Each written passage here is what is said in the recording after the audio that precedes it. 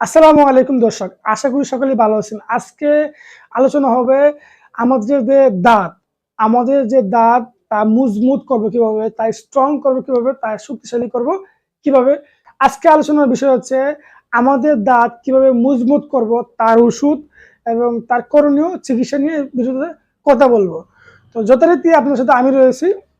তো আজকে আমাদের যে দাঁত তা মজবুত করার জন্য অনেকেই চায়, কিন্তু দাঁত মজবুত না থাকার ফলে শক্ত খাবারগুলো আমরা চিবিয়ে খেতে পারি না এবং দাঁত ক্ষয় হয়ে যায়, দাঁত ভেঙে যায়।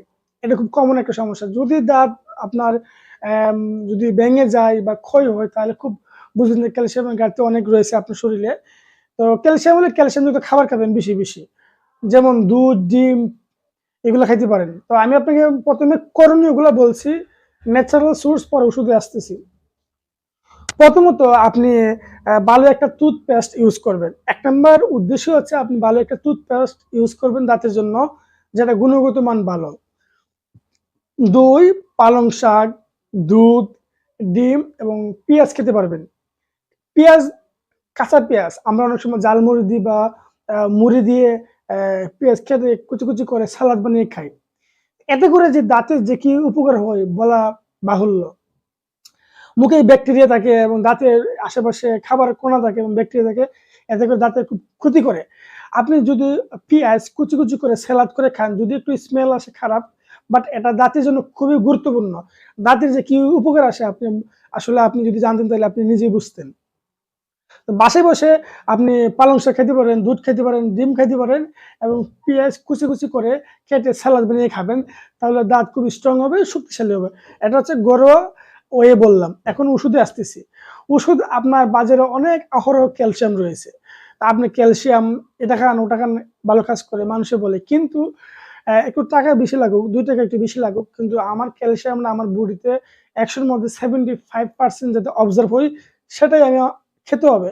না হলে যে আমি একটা ট্যাবলেট খাইলাম, তার 70% প্রস্রাব পায়খানা থেকে বের হয়ে গেল, বাকি 30% আমার বডিতে কাজ করতেছে, তাহলে তো অনেক সময় লাগবে।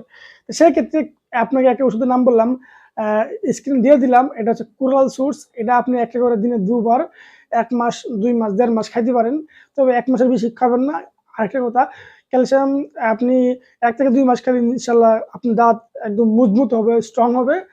বেশি বেশি করে দুধ, ডিম, কলা, পালং শাক এগুলা খাবেন, তাহলে আপনার দাঁত গুণগত মান ভালো থাকবে। আর সবচেয়ে আরেকটা কথা ইম্পর্টেন্ট না বললেই নয়, আপনি ভালো একটা টুথপেস্ট ইউজ করবেন। যদি ভালো টুথপেস্ট ইউজ না করেন, আমি আপনার স্ক্রিনে দিয়ে দিলাম, এটা ইউজ করতে পারেন, এটা ভালো। ভালো টুথপেস্ট ইউজ না করার কারণে আপনার দাঁতে এনিমেল গুলো নষ্ট হয়ে যায়, দাঁত মজবুত যে গঠন থাকে, গঠন নষ্ট হয়ে যায়, দাঁতের গুণগত সমস্যা হয়। কারণ অনেক সময় দেখবেন দাঁত একটু একটু কোনা ভেঙে যাচ্ছে, অনেকেরই এদিক দিয়ে ওদিক দিয়ে দাঁতে কোনা ভেঙে যায়, অনেকে বলে পোকা খেয়ে ফেলছে। আসলে দাঁত ভেঙে যায়, ক্ষয় হয়ে যায়, এটা মূল সমস্যা। তো দাঁত যদি ভেঙে যায় বা ক্ষয় হয়ে যায়, তাহলে যদি বিশেষ সমস্যা মনে করেন, অবশ্যই একজন ডেন্টাল স্পেশালিস্ট ডাক্তার দেখাবেন। আর নর্মাল প্রবলেম হলে অবশ্যই এটা আপনার জন্য পারফেক্ট। ভিডিও ভালো লাগলে অবশ্যই লাইক দিবেন। আর আমার চ্যানেল সাবস্ক্রাইব করে থাকলে অবশ্যই ধন্যবাদ, নাহলে সাবস্ক্রাইব করে দিবেন।